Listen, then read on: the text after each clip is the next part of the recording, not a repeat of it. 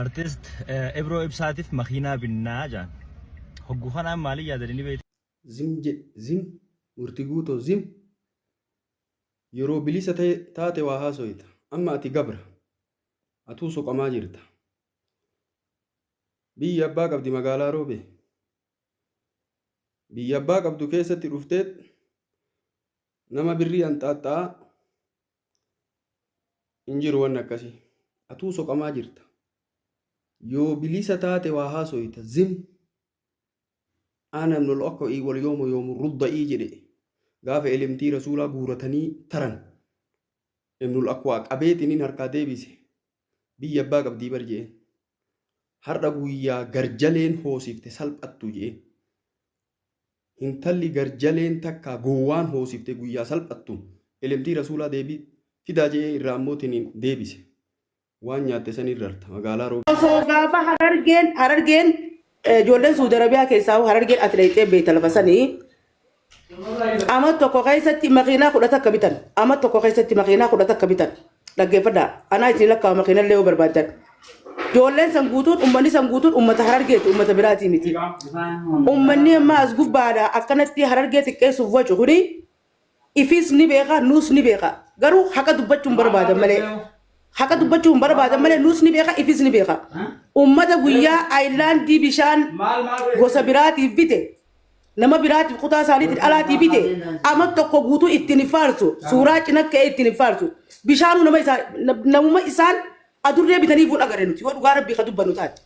Silaa hanga nuti akkanatti Oromoo bakka buunee Oromoo dheennee saba keenya jennee Oromummaa itti akka laallee ummanni keenya maallaqa gannakee dhalaan dubartiin daaba ofirraa baaftee binnu kana isaan taate dachiin tunguutuun ni laaqamtii jechuun baguma rabbiin arsii nan godhini jechuun adda baaseetiin dubbatan wallahi bagaan argarraa dhalade dhageessanii isa lammataa Sheek Roobeen gaafa nuti ijoolleen afran qalloo makiinaa sheekotii binnu sanii aansee torbaan tokko keessatti riyaad dhufe natti bilbile dhaggeeffadhu riyaad dhufe natti bilbile muniiraa bara asiin jiran anjee kunoo mani inni itti bu'ellee ijoolleen ni beeyti waltajjii gaggeessine gaafa san keessa waltajjii gaggeessine nuti muniiraan anjee ummata keessanitti naa dubbisi akkuma dheengadda Sheek Ibsaadhaaf makiinaa bittanitti anillee yoo xiqqaatte waan takka noolii na gootanii galuun qaba jee rabbiin jimaan qabaa'u jira kana kaboodaa naa golu yoon sobarraa kaa'e sigalteemma sandura torbaan tokko ka makiinaa bitte arrallee bituu hin dandeenyu yaada juuni itti dhimne ummatatti irraa usee jechuudha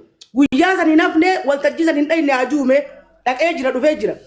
Sigalteemma nama sadaqaaf asii ka'ee achi dhaqee maallaqa dubartiin irraa murtee hajjiin godha jee hajjii maallaqa namaatiin tikeeta maallaqa namaatiin hajjii godha hin dhageenye achi dhaqee sadaqaadhaaf jechuun madarakii keenya kan argee gubbaa dhaabbatee beeyi magan namni isan beeku sumuni osoo ittiin kanneen galee aarasantu keessa jira isa tokkoffaa aarasantu keessa gara maal waan inni ta'eef namni makiinaa bitaaf Sheek Ibsaan immoo namni waan makiinaa biteef Sheek Ibsaan sabboo tokkoffaa dura sabboonaadha Oromoodha sabboonaa diin Islaamaa qaba. Mucaa bareeda qaxara gana lafaa kaa sigalteemma tanaaf namni biteefi jechuudha inni maal waan inni ta'eefi bitaniif aarasan nu qaba Sheek Roobee wajjin as dhaabbatanii sababa illaa gartee uummata takkaa biyya jiru kana wajjin walitti bu'inaa naa dhiisa anaa isin jee galatooma oraa bulaa. Galfaadhu galatoomii inni bar gabra ati gabra dubbachuu hin dandeessu us jee bar guyyaanan yoo waa'een makiinaa Ustaaz Ibsaadha ijoolleen teenya bitte dhossaa miti ifatti sun dubbachaa ture inni sun saniin dubbadde suni kaniin dubbadde makiinaa sanse akkam taate kanallee gizee wanni kun ni bitamti jaanii eega kaamee miidiyaatti as bahee booda akka lafatti hafee mooraalli isaan cabne numa bitaadha. Waan joo yaada kaasee ture yoo sun dogoggora ta'e namni tokko nama wanni sun dogoggora jechuun dhugaa ture. Makiinaadha dhaggeeffadhu waa'ee makiinaadha dhibbarraa dhibbatti akkuma qabdu ana makiinaan 100 Suudiitiin bitamte. Baatii sadii ala dhaabbatte dhaggeeffadhu baatii sadii mana Abdallaa Kooraa obboleessa kiyya ilmaa adeera kiyyaa fuula dura dhaabbatte nama fuudhuuf dhabnee nama galchuuf dhabnee jechuudha baatii sadii itti dubbannee aboo makiinaa badhaasa sii kanneen atis lammi qabu gosa qabda ganda qabda makiinaa tana galfadhu ganii ni dadhaban nama galchuuf hidhamne nama galchuuf dhabee mucaan naa gurguraa jee qarshii 70 gurgurreef maallaqa Suudiidha. Sigalteemma 70 gurgurreef maaliif gurguraniif 70 gurgurreef 30 qasaaree 30 nuutti sii guutee makiinaa biyyaa sii binnaa makiinaa chaarjii malee biyyan dalaydu ja'aniini afandi wani takata kijiba takabanani mana asliti malaka sa acci bute godani wa khanani bi Allahu alam salisan tol be makina kuma di bambi ta kuma torbatan fulati akhi shaka ate kuno anin gone haju wallahi salisan tol be amma munira bar amara kon jirtu lamba gas fit khanatu rabshan wala be amma dubbin bakasani bakate lamba tan irtimala nuti haja ummatar sir raisin qabnu rakko ummatar si wala ran qabnu bakatan ya khana urungu agenda lamba gas terre de ma qabatani khana ma fakatu anu ra qabatani khaw qabatan urungu sura na matun qabu inni vitamina un qabu diga un qabu ha qabatani khanu ra laal sheeni akka sheekatti taa'uu qaba yoo sheeka maqaa sheekaa qabatee abbummaan fade maqaa sheekaa dawoo godhatee dubbii xiqqoo guddoo keessa xu waan anaasa'u dhufee amma waan anaasa'u irratti faase wallaahi gaafanan gabbee waan anaasa'u irratti haase arrabaa miti san deqa dhaggeeffadhaa naqala walitti himna oromoo sheeni hoggo jedhanii akka nama guddatti taa'uu akkuma ustaad ibsaa kanatti ustaad ibsaan deemee miidiyaa irraa waan xiqqoo fi guddoo dubbata irraaji qabu gaafa qabxumatti dubbatu gaafa maarree jedhu namni kabajaa ifitti godhuu danda'u qaba. xiqqaatuun gaarii miti. Ifi xiqqeessaa jira yoo dandeessan balbalaa lambaa gaaza fixe kana takka gaaza tana qaatee akkana lip hin godhanne hoggaa gaaza tana hixan nagaan ifadha. Jee qaqaadhaan mana balleessa gaafasis. Alakaa ana kan isinitti nurraa dhoorgaa jaarsa kan. Sana achitti irra gabbaanetti irra yaamne faanusattis ni qayyarra dhugaan. Amma mee guyyaa tokko waan abdii muxtaar jaamu tokko amata kana guutuu kaayiroo tanarraa waa'ee xiyyaa hasaabe. Shirrinatti natti hin jiru guyyaa tokko deebii kanneen hin beeka sababa isaa nama biraati waajeen hin beeka na agartanii jirtanii mee namni haa murteessu ani hin dubbadhu banni hin callisa narree heddummaatte bas narra kutte wanni kun murti guutaan waa'ee dhaggeeffadha abdii muxtaar kun natti dhufeeti ajandaa haaraa warkaasii qaba murti guutuu kitaaba namaa haatee akkana jee natti dhufe maaliif inni fidee jeeta wallaahi noo rabbiin sa'a ammaa sanan jiraachisin wallaahi dhaziim gaafa dura bar odoo wanni sunu lafaan kan achumatti harkaadhee maali jee abriin tun ati wayiif si barbaadanii waan si barbaadaniif hin beeknu atillee waan balleessitoo qabaatte gabbee dhiifama gaafadhu bakka tolluuf. Eenyutu balleessa yookaan immoo eenyuni waajaan maa akkasitti xiyyeeffatarree sheekhi shariif illeen amma kanaan na dhibee bara wallaahi rabbi kanaan na dhibee bara amma namni akka xiyyaa obseefi sheerroo bedhaa harree binnaa fi warri balbal lambaa gaaza fixe harree bituu barbaadan chaalenjii nan dalagaa egaa dabatuu dide jaarsa kana wallaahi lazim gaafa kadir martuu san kadiirtu tuqeeti jenneeti firraatti dhiibne kadir nurraawu kilaashi addanu dhoorgaa jara keen addanu dhoorgaa si bakka meeqa wallolta nama jimmaa rabshatti hin jirtani ta jimmaa tana isin wajji injifatuudhaaf wajji jirra amma oroo amaaraa jee amaaraa gaafa oroo amaaraa janii gaafa tigiree cabsan akkam akkas danneen nuti amma harargee arsi waliin jennee waa cabsaa jirra kana balbala ammaa nurraan dhoorgine qoy dhoorgaa nurraa qabadha sanachitti guyyuma tokkoof yoo murtiin Oromoo si koomandootiin jechi gaafa ijoolleen biyya Arabatti wal dhabde namni dura gabbee arsiif harargee jechuun waaqoof ijaarraa gabbaa gadaati jee namni dubbatu ana yoo ni beektan kanarraa kaafe guyyaa tokkoof nama arsii Osi komando murtiin waajeeni beekaa kabajaaf jaalarraa kaafe yoo jaan mi'as olin naqaa namni sun haa dubbatu isinis yoo gartaan dubbadhaa hore. Jira hojii salaamu alaikum. Waalaikum salaam wa rahmatullahi wa barakatuh. Baay'ee jiraatanii. Qoy mee murtii ati maaliif usin jaa lambaan sun usin jee. Ati sababa inni abbiya sagaa. يعني روبرت ياتي مال سانغوتي اني بيتامي سينجا كنا ما واغودي واسربيهو سبال تجري جني وسني بيته واد بابا تونس غاري جنيتم يا روبي جول صاحباتي هوجي ديمني makinumatiyaan deemne nagaan dhayne nagaan galle nama tokko kan wal dhabeen hin qabu nama walitti bu'een hin qabu soo kanarraa gaa arrammoo arra kayina roobee waan arra waa'ee makiinaa sanii dubbaddeefi kayina tuute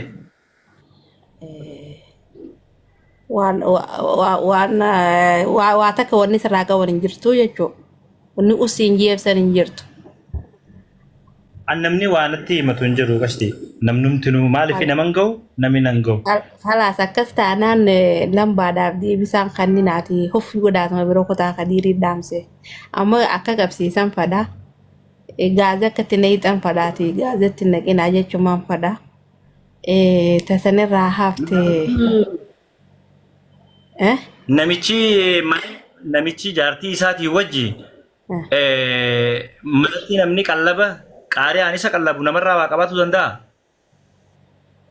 Laali ana viidiyoo sheerra irratti godin ishee haroobeen asirra jirtaa dhageessa inni sheerra godin dhagee wanni naan jechuu fade qallabni isaatu bar ijoolluma teenya keessumaa argeeti mee guyyaa takka qarshii walii gurtee yoo arsiin kan niteef nuti raafnaa'u amma qallabni isaatu an dhiyoo tana jeen ogunni kadiirtu ke booroo hin tuqin kadiirii keeshni kee hajjiitee waa meeqa si goone nama gurraacha jennee sin tuffannee deengadda akkasi ijoolleen arsiis irratti duulte nuti si jiraachifnee dhiisii jennaan didee ati amma jalaa hafaa gaaza naqachuu fadhannurraa gaazaa sin naqinaa fi akka dhaametti haa taa'u hin qabsiisinaa firaa luqqaddaa jechumaan. Warroota agartee ni hinaaftee hinaaffaan hagana geessi maal jaa akka eenyuuf amma dura makiinaa agarree itti hinaafnetti hinaafna yoo makiinaa namaa bituu ta'e galgalaa fi ganama makiinaa namaa bituu jiru argee dabar. Dhiisaa sunis sadaqa kan namni sadaqaa ta'e. Maalitti hinaafna? Sadaqaa guu kan natanii gamuniira. Ni dhaggeeffama sagaleen kiyya. Na dhaggeeffadhu murtii guutuu. Hinaaffaa yoo taate kanamaa bitu kun obboleeyyan keetii bar. Yoo barbaadde makiinaa kudhan finnee siif tarrifna namaafuu ni binneessirraa ni qusannaati. Eenyu maal taate namaafuu ni binneessirraa ni qusannaati. Makiinaa miti geemana tursiisaa jee geemana. Kullee Yusuf Olnaq. Kullee Yusuf Olnaq. Geemana taphachiisaa jee taap godhaa jee hawaasa cinqeen hin beekaa guyyaa tokko kan makiinaa miti. Lakki ati maaliif kadhattaa nama dheeraa fayyaa guutuu qabu kanaati. Dheeraa fi gabaabaa sadaqaan bakkuma maltee hin qabdiiti bakka sadaqaatti buufattan hin tuttuqinaa ijoollee teenya. Akka mataa kiyyaatti nama hedduutu waan jechaan dhatutu kanumaan argaa. Niin callisa garuu keenya keessaa wajjin wallaalummaaf waan anjuus caljeetii ilaala. Garuu ni heddummaatti jechuun arra waan na dubbisee hin qabaa hin dubbadhee bar ni heddummaatti. Osoo ati kabajdu nama laagaa harka afaan si kaa'ee akka dubbattu si godhu ati gabra namni si hin jeesanii ol hin jiru bar. Yaa bakka sanni gaafa gabraa sanni gaafanna zamana gabri bilisaa gabra keessa jirra. Ani isaaf niin gaawaa takkan gaafatina isa. Ati silaaf irraa dhiiftee gaariidha. Bar an guyyaa takka kabajaaf namnumti wajji jiraatu. Olna yookaan tuni absoitu mirga daldalaati. Namnumti wajji jiraatu kabaja qabuuf magaalaa kana keessa wajji jiraatu irra hedduun ijoollee komandooti ni beekanillee hiriyoonni kiyyallee guyyaa takka jecha nama mufachiisu yookaan hama. Kadiir dura dhaabbannee lakki akkannee nama dhuunfaa abbaa feete wal dhabuu dandeessa. Akkana hin jaamu jennee namni dhookwaan guyyaa tokkoof akka dogoggoratti waajjiree jira yoo jaanne sana'anaattu badiitiyyaan haa argu. Garuu ni heddummaatti. Abdii Mukhtaar jettamu. Gurbaa tana ibsaan jee kana baantamu. Ni heddummaatti bakka wanni kun natti heddummaan.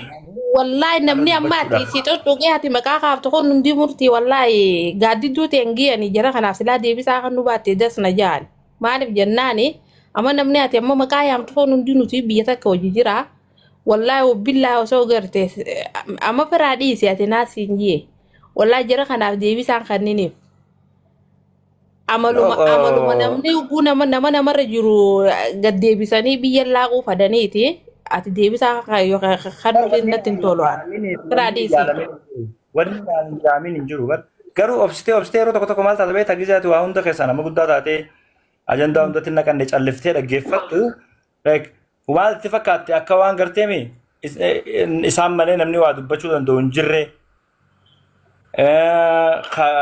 agarteemi dubbatee nama hubachiisu akka waan isaanii waggaa kana guutuu waa'ee kiyya ajandaa godhatanii itti ba'an hedduun isaanii hin deebisnee fi hin gahuu fi maal godhe maali waan addaa an godhe maaltu jira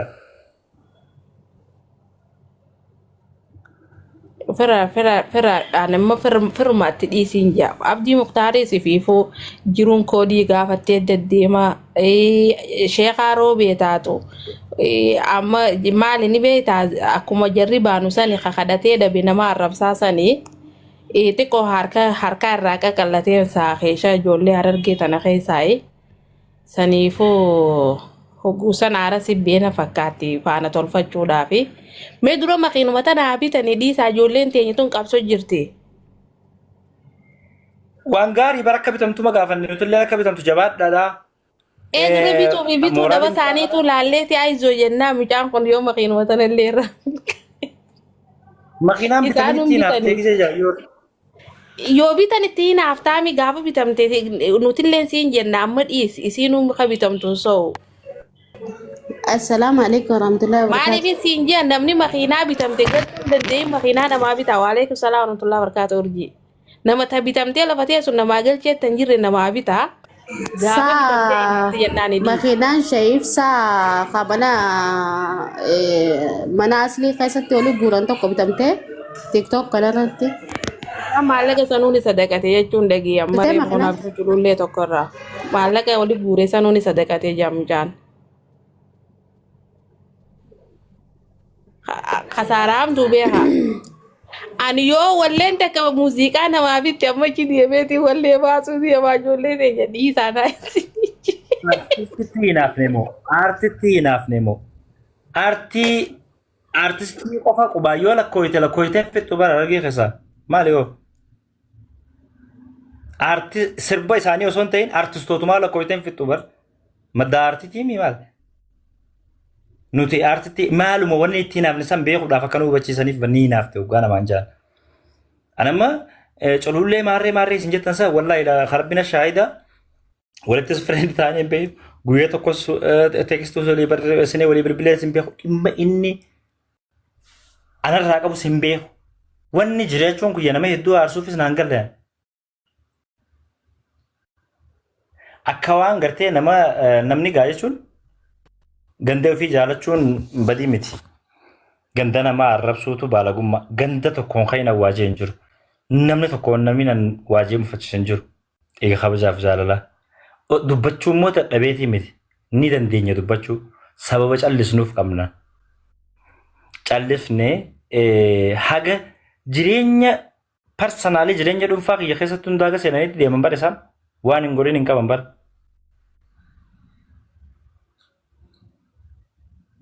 Sunni rakkoo. Ni dhagaamame? Ni dhagaama si dhaggeeffachuu jira amma laalee akki jennee hinaafuudhaaf dura gaafa makiinaan bitamte ati ni hinaaftaa gaafa sanatti hinaaftaa dura san bakka geessu ni ilaallaa jabaataniitu yoo ichi ga'an jabaadhaa jennaani tasanirraa hafte wallee namni hundinuu wallee takka takka taarsoomni qarsooma moo qorsooma jettu baasuu qaba sun booda namni hundinuu makiinaa takka takka badhaasa qaba kanaafuu tasanirraa hafte sheekaa roobee akkuma siinjii masruufaa irraa xixiqqaateeti dhiise obboleessa kiyya ifto tolchuu fi iddoo sanatti fiifuu xiqqootti kaaniiti dhiisanii. Bareedu baadiyyaa walli isaas yoo taate naa obsi takka walli isaas yoo taate rabbiin ramataa godhuuf baabaa keenya doktor Ali Birraa qabna akka Afrikaatti beekame. Akka Afrikaatti beekame. Amar Yusuf qabna. Mataa walitti yaa'anii qabuun irraa nuti nam tokkoon hin madaalamnu bar walitti nu qiyaasan. Yaa tokko xiqqisho walitti qaceeltee fi jecha lamaa fi sadii maali bareedinni kanaa jee walitti qaceeltee yoo nama gubbaan nutuu ifiin dhaaduun turre nutuu ifiin hin dhaanne sirba tokkoon qabdu arusiin hawduu aru ta'a tokko tokko. Dhagee muniraa mataa fi miila walitti madaalii. Ani waan jechuu barbaadu. Waan jechuu barbaadu.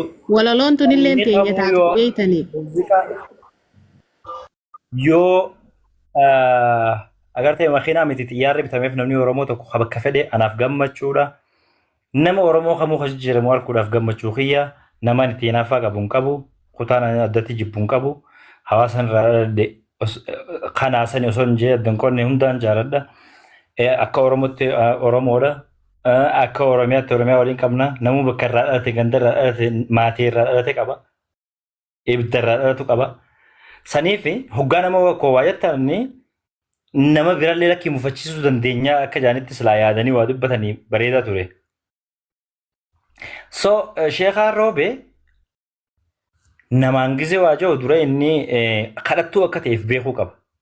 Maaliif personaalii dalagaa dhuunfaa nama hin qabne nama waan ittiin socho'u hin qabne fiifuu miilaan deema waa'ee makiinaa haasa'uu hin geenye inni miilaan deema inni makiinarraa haasa'uu hin geenye yoo inni sigalee namaattu jaartii itti fuudhee namaattu kadhatee ajjii geesse namaattu gartee manatti qallabu jira kadhattuu bara baraatiin inni jira kadhattuu mooderni tasadaqaa gizee gaafate kaashiin qabu yoo jetteen teeleebirris ni qaba iibirris ni qaba nigdi baankis ni qaba sin jettu san inni kadhattuu hariif jechuudha.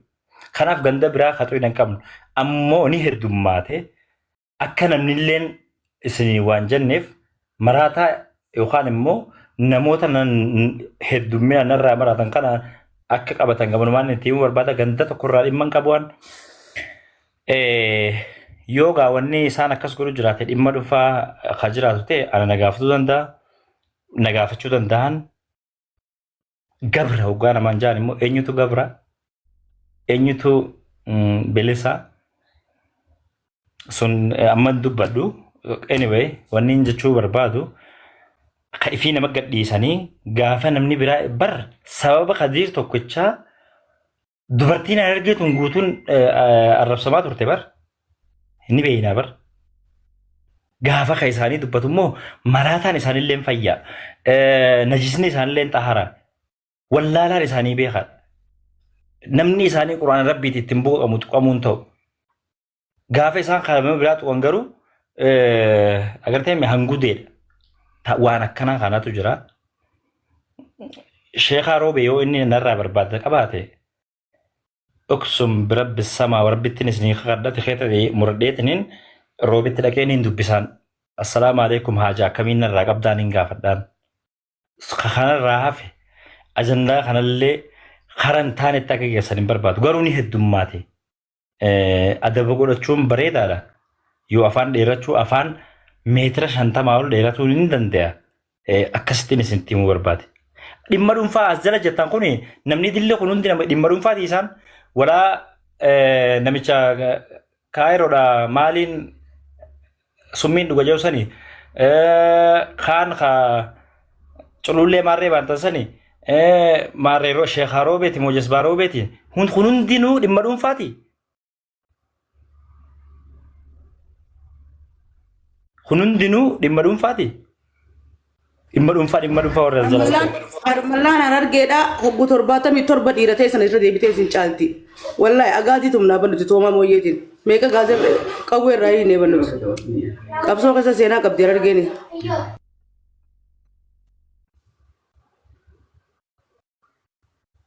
Nama jireenya keenya akkanumatti ulaalee jireenya akkasii hawwuudhaa jiraatutu nama ati inni nama akkasiiti jee dubbata. Waan ifii ta'uu hin dandeenye namni ofii yoo maraataan tokko agartee karaa deemu gise gajjee dhoqqee fuudhee yoo nama facaase yoo atillee fuuteetti facaaste wajji maraataa taate inni callifne agammallee ni gaha. Kanaaf hoggaa nama waajaa nama birallee laallachuun gaariin isin jaa munirraa teenya galatoomaadha yoo Sheekhaa Roobee kana bira kadabru ta'e. Murti dhiifama. Sheekhaa Roobee mungkin jidduu akkana namni wal dadhabu kana ani nin jira mul'adha okkee deebifama.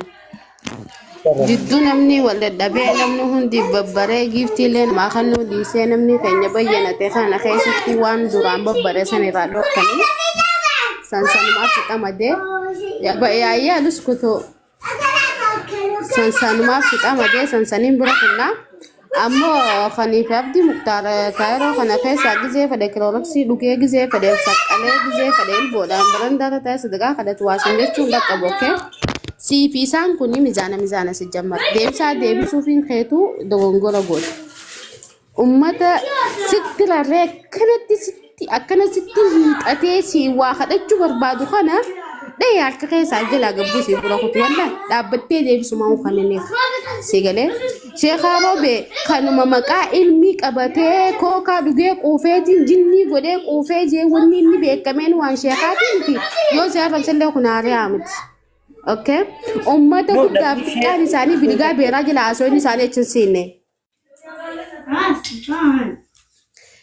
Kanaafi isaan yoo deebisaa barbaadan nuti tottolchee mimmeessee akka isaan galli qibsuu ta'uufitti qiqqicaa fi uummata kanaa wajjin waliin qixxaatin piliis. Ni gahamu buutu waan takka deebine. Barbaachisaa taanaan bakka inni jirutti itti dhaqi wallahi laazim kaameraa irraa waraabaa intarvii godhi. Nus booda jira yaaqi. Waan akkanaa kanaaf warra biyya keessa heerus miiduu marrattu deebisaan deebisineef yoo. Uummanni kun sirra re'eetii siin sadaqaa kadhatu barbaada. Ummata achi siqeessu gabbarri dhalaa qaalee jee harree bitachuu eegalee dhalaa gabbara irraa